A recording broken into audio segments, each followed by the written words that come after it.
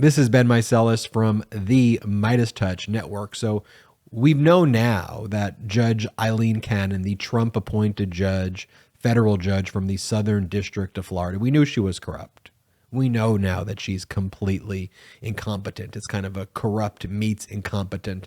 And we know she's completely inexperienced, but that whole combination of corruption, incompetence, and inexperience made for one of the most embarrassing, humiliating, but frankly dangerous judicial orders we've ever seen, when she granted Trump's request for a special master and she enjoined or stopped the Department of Justice from further engaging in their criminal investigation of Donald Trump to the extent it utilized the records that they obtained during the August 8th search, which was part of a valid search warrant where probable cause was established, and they followed all protocols to the T. And remember, these documents and records, government records, classified records, belong to the DOJ. They're the executive branch. The FBI is the executive branch. And the judge apparently didn't even know the difference between ODNI, the Office of Director of National Intelligence,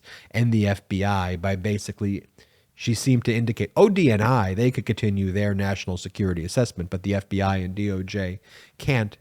The FBI is part of the intelligence community. You can't separate them. And these documents belong to the executive branch. They do not belong to Donald Trump. You can steal top secret, sensitive, compartmented information from the government and just say, dibs, mine, me. So we knew she was corrupt when she made this order.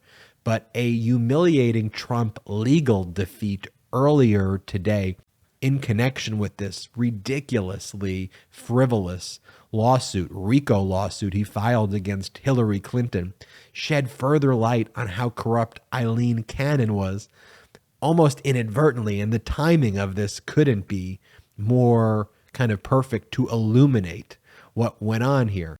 And so we've done a lot of other videos on YouTube about Trump losing this RICO lawsuit that he filed against Hillary Clinton, Peter Strzok, Mark Elias, Fusion, about 30 other people, the same people who he rants and raves on his failing social media platform again. He basically mushed all of that together into a lawsuit that Alina Habba filed. It was a horribly written lawsuit. The judge, in dismissing the case, said that it was a frivolous lawsuit, basically bordered on frivolous, retained jurisdiction to potentially have sanctions against Alina Habba and Trump, and said that the conduct is sanctionable in parts of his order. But as we dug into this case after the dismissal came out, one of the things that was illuminating was Trump tried to file that case back in March of 2022. Where? In Fort Pierce. Why is that important? Judge Aileen Cannon's court. He was trying to forum shop this ridiculous, frivolous RICO lawsuit in Fort Pierce because he knew that Judge Aileen Cannon was corrupt, and he knew that Judge Aileen Cannon would do whatever it is that he said that she should do. So he was trying to get that judge. He didn't, though. He got Judge Middlebrooks, who's a competent and qualified judge, granted. He's been a judge for a significant period of time, but that's what we want. We want qualified judges. And Judge Middlebrooks, just in his order, which was like 60 plus pages, just trashed Trump's lawsuit as a list of personal grievances that do not even belong in a court. No, didn't survive the statute of limitations. The statute of limitations had passed. But when Trump didn't get Judge Aileen Cannon back in March, in connection with this RICO lawsuit, what he tried to do in April. In April, he tried to disqualify Judge Middlebrooks. He filed a disqualification motion, which Judge David Middlebrooks ruled on, and tried to get him disqualified. Why? Because Trump was desperately, again, trying to get this case in front of Judge Aileen Cannon. You guessed it. See, we're doing good together. We're doing good together now with this analysis.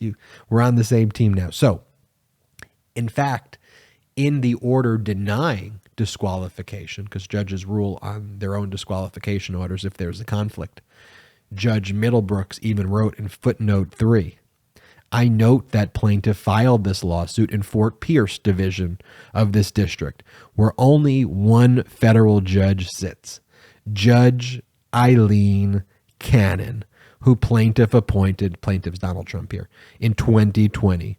Despite the odds, this case landed with me instead. And when plaintiff is a litigant before a judge that he himself appointed, he, Trump, does not tend to advance these same sorts of bias concerns. So good. So good. Also so dangerous. But in that filing, we now see, that order that I read you was in April. Trump filed that ridiculous RICO law, which every legal observer said this is the most frivolous, bizarre case we've ever seen. It was just a bizarre list of grievances. It wouldn't even look like a lawsuit. He was trying to get that in front of Judge Aileen Cannon. So when he filed on August 22nd, 2 weeks or so after the search warrant was executed on August 8th, this motion for judicial oversight, and he got Judge Aileen Cannon. He knew the fix was in already. Fortunately, Judge Aileen Cannon, as I mentioned at the beginning of this video, is incredibly inexperienced. Her order was written so not sophisticatedly in her trying to cover for Trump that the DOJ was able to come right in there with its notice of appeal and motion for partial stay and basically point out how she was wrong, focus and narrow the conversation on the 100 classified documents and saying, Judge, under your reasoning or Trump's, these 100 classified documents cannot possibly in any scenario ever go in front of a special master, or you can't force us. There are documents. They belong to us, Judge. You can't enjoin us from looking at our own documents. That's absurd. That's insane. And they did it so tactfully where legal observers are all like, wow, mic drop, just made her look as inexperienced and as corrupt as she really was. And now Trump has to respond to that motion.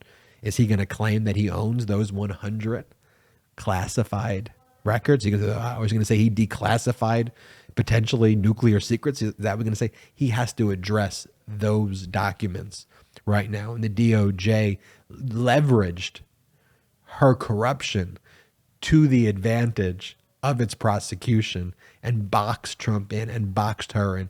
And it's really a brilliant motion. And so to have that brilliant motion, to have Trump's RICO lawsuit against Hillary Clinton dismissed, Alina Habba likely will get sanctions now. So good. She goes on TV and just spreads this propaganda, how strong this lawsuit is. She doesn't know what she's talking about.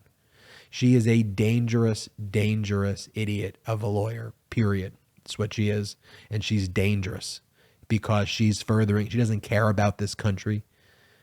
In my opinion, she is one of the most dangerous lawyers out there because she's aligned herself with Trump for her own aggrandizement, it seems, and has flouted all of these laws. Dangerous, dangerous, despicable stuff. But I'm glad that now has exposed Aileen Cannon and Aileen Cannon's corruption, which is all for the world to see. So good. This is Ben Meiselas from the MeidasTouch Network. Hey, do me this favor. We just started a Patreon account. Go to patreon.com/MeidasTouch. patreon.com/MeidasTouch.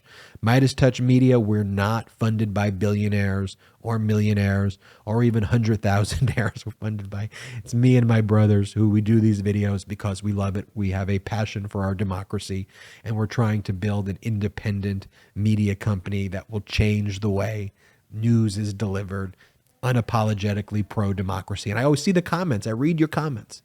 And your comments always go, hey, I want to help. How could I help the media company? That's how. Go to patreon.com/MeidasTouch, patreon.com/MeidasTouch. Become a patron of MeidasTouch. That's one way you can help. Also, hit the subscribe button. It's really, really helpful that you hit the subscribe button and help us grow this Meidas mighty movement together. It's more than just a network. We're more than a media company. This is a community. This is a movement. And look, we just passed 500,000 subs like on Monday. We're already at, the last time I checked, 525,000 subs as of the recording of this video. Let's bring that number to 1 million subs. We're already getting more digital views than CNN. How about that? Together, you, me, the community, just sitting here in my room with this plant that grows, that a lot of people say keeps on growing. We're doing more views than CNN. And we're doing more views than Fox occasionally too on YouTube in general. And that's because of you. That's because of the movement that I'm so proud to be a part of with you all. And we got to keep growing. That's because we got to keep spreading the truth. The bigger this gets, the more we get the truth out there, the more we can combat the disinformation silos that exist of Trump and of Fox and Trump and all those radical right networks. And frankly, the mainstream both sidesing the issues. We don't both sides things here. So hit the subscribe, become a member of our Patreon, patreon.com/MeidasTouch, and go to the MeidasTouch store, store.MeidasTouch.com. Get the gear. Get the MeidasTouch gear, store.MeidasTouch.com. Thank you all so much for your support. None of this is possible without you. I'm Ben Meiselas. Talk to you soon. MeidasTouch is unapologetically pro-democracy. And look, we know you are too. So please make sure you check out our best-selling shirt and our best-selling gear, the unapologetically pro-democracy gear. And hey, while you're at it, make sure you check out my favorite shirt and one of our most famous designs. It wasn't rigged, you're just a loser. At store.MeidasTouch.com. That's store.MeidasTouch.com.